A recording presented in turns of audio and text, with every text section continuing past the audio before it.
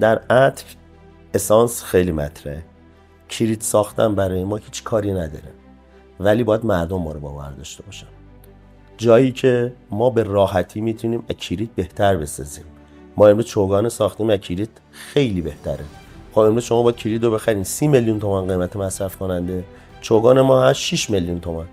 ولی مردم ما اعتماد ندارن که بخوان یه برند ایرانی 6 میلیون تومانی بخرن. ما واقعا در چوگان اسانسی که کار کردیم کیلویی 850 یورو خریدیم. یعنی از کلید گرونتره، از اسانسی که در کلید مصرف میشه گرونتره. حتی که اگه ما نگیم به مردم این کالا ایرانی، هیچ کسی متوجه نمیشه.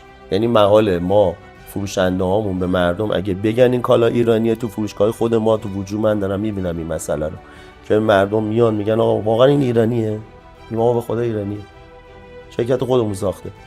ولی خب مردم نمیتونن باور کنن که یه ایرانی میتونه یه کالایی بسازه که رقابتی هم باشه، بیرون هم دوستش داشته باشن. و خیلی از برندهایی که با ما کار میکردن میگم واقعا ما فکر نمی‌کردیم تو ایران شما بتونید با چنین کوالیتی جنس در بیارید. کوالیتی کالای ایرانی قطعا بهتون بگم از لالیک بهتره، قطعا بهتون بگم از پاکار بهتره، قطعا بهتون میتونم بگم از خیلی از جنس‌های کامرشیالی که تو بازار بوده بهتره.